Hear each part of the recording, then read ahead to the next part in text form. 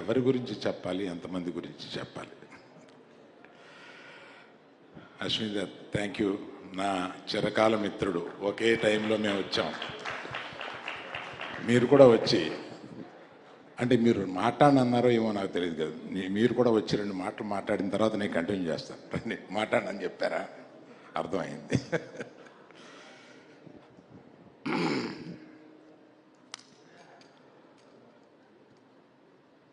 ఎలా స్టార్ట్ చేయాలి అనేది సమస్యగా మారింది. ఇంతమంది టాలెంటెడ్ పీపుల్ని చూస్తూ.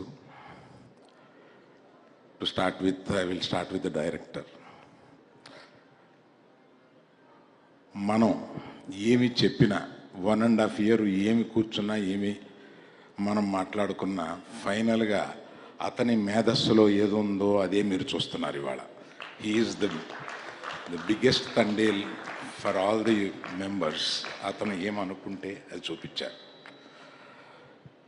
ఒక ప్రేమ కథని ఒక డిఫరెంట్ బ్యాక్గ్రౌండ్ తోటి కలిపి దాన్ని మిక్స్ చేసి, ఏది 2 దేశాల్లో ఉన్నా కూడా అది ఏది విడిపోకుండా పక్కపక్కనే జరుగుతున్న ప్రేమ కథలాగా దాన్ని స్క్రీన్ ప్లే వ్యూ చేయడం అంటే అది నార్మల్ కాదు. You have done an excellent screen play job in this. You are a great writer. Other than the direction, you are a very good writer. డైరెక్టర్లో ఉండే ఆ అడ్వాంటేజ్ని మీరు ఫుల్గా ఈ సినిమాకు ఉపయోగించి మాకు బ్రహ్మాండమైన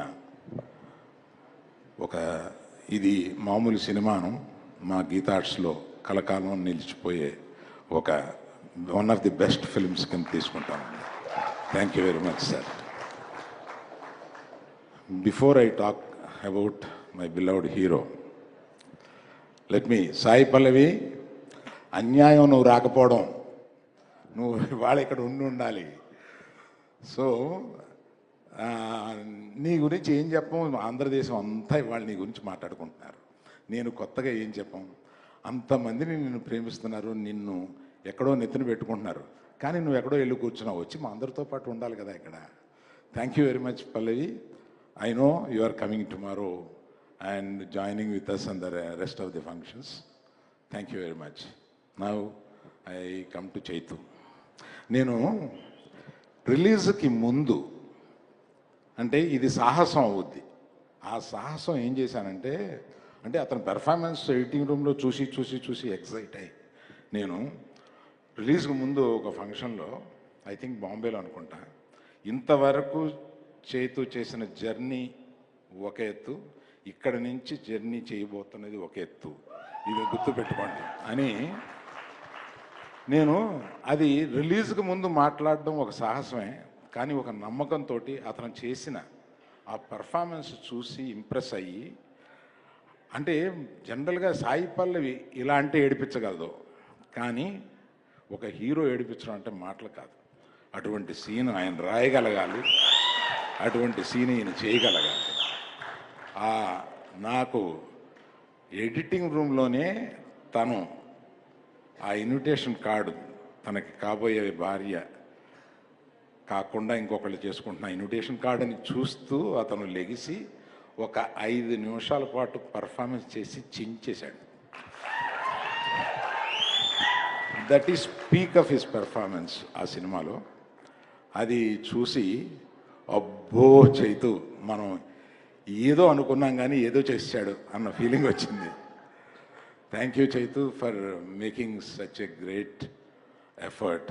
ఎందుకంటే మేము కూర్చొని మాట్లాడుకున్న దాంట్లో ఈ సినిమా ముగిసే వరకు ఇంకో సినిమా ఎప్పుడుంది ఎక్కడుంది అని కూడా నేను ఆలోచించను. ఎందుకంటే మేము రిక్వెస్ట్ చేసాం, ఇది 1 సంవత్సరం పట్టొచ్చు, పైన పట్టొచ్చు. దీనికి అటువంటి ట్రాన్స్ఫర్మేషన్ మీకు కావాలి కనుక టైం పట్టొచ్చు, తీయడానికి టైం పట్టొచ్చు. మనం చూసుకొని తీస్తూ ఈ సినిమాని గొప్ప సినిమాగా చేద్దాం అన్నప్పుడు ఆయన మాకు ఇచ్చిన హామీ ఏంటంటే, ఈ సినిమా అయ్యే వరకు నేను ఇంకో సినిమా గురించి ఆలోచించను, మిమ్మల్ని అడగను, do it yourself. So those things are great things. I still remember that day when I sat with you. Thank you very much for that assurance. And thank you for one more thing. ఇవాళ మీ భార్యని ఇక్కడికి తీసుకురావడం మాకు మహదానందం అయింది. మొట్టమొదటిసారిగా మీరు ఒక పబ్లిక్ ఫంక్షన్కి తీసుకురావడానికి మా గీతా ఆర్ట్స్ తండేలు ప్లాట్ఫామ్ మీద మీరు మీ భార్యను ఫస్ట్ టైం తీసుకొచ్చినందుకు చాలా సంతోషం. వెల్కమ్ యూ అమ్మా, మా హీరో బుజ్జి తల్లి.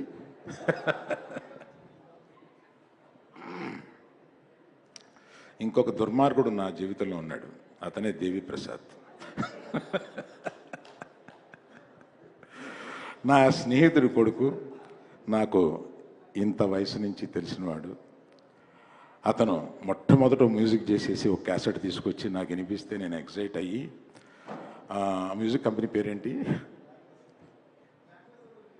Magna sound. ఆ మ్యాగ్నా సౌండ్ కంపెనీ వాళ్ళకి నేను ఇది వినిపించి, ఇతను ఒక పెద్ద మ్యూజిక్ డైరెక్టర్ అయిపోతాడు, మీరు మిస్ అయిపోతారు, ఇది మీరు పబ్లిష్ చేయండి దీన్ని అని చెప్పి, ఇతను అప్పటికి మ్యూజిక్ డైరెక్టర్ కాలేదు. అప్పటి నుంచి తిరిగి మొన్న మా సంభాషణ ఒకటి మీకు చెప్పాలి. దేవి, నేను ఫోన్ చేశాను, అంటే మేము రాత్రులు 2ంటికి ఇట్లా ఉంటుందన్నమాట. ఫోన్ చేసి, నువ్వు పాటలు చాలా బాగున్నాయి, ఇది ఎడిట్ లాస్ట్ 1 మంత్లో, పాటలు చాలా బాగున్నాయి, మ్యూజికల్ అంటున్నావు, లవ్ స్టోరీ అంటున్నావు, లవ్ స్టోరీలోకి మ్యూజిక్ మెర్జ్ అయిందా అని నాకు డౌట్ వచ్చింది అన్నాను. అంటే భలే డౌట్, చాలా కరెక్ట్ డౌట్ అన్నాడు. అదేంటది అంటే, నేను మనకున్న మ్యూజిక్లో హిట్ అయిన సాంగ్స్లో తీసుకొని నేను బ్యాక్గ్రౌండ్ స్కోర్లో దాన్ని ఎలా మెర్జ్ చేసి I will stitch it the cinema, please see it అని అన్నాడు. అది కొన్ని సినిమాల్లో చేశాడు, అది నాకు గుర్తుంది, కానీ ఈ సినిమాలో ఎలా చేస్తాడని ఒక యాంగ్జైటీలో అడిగాను.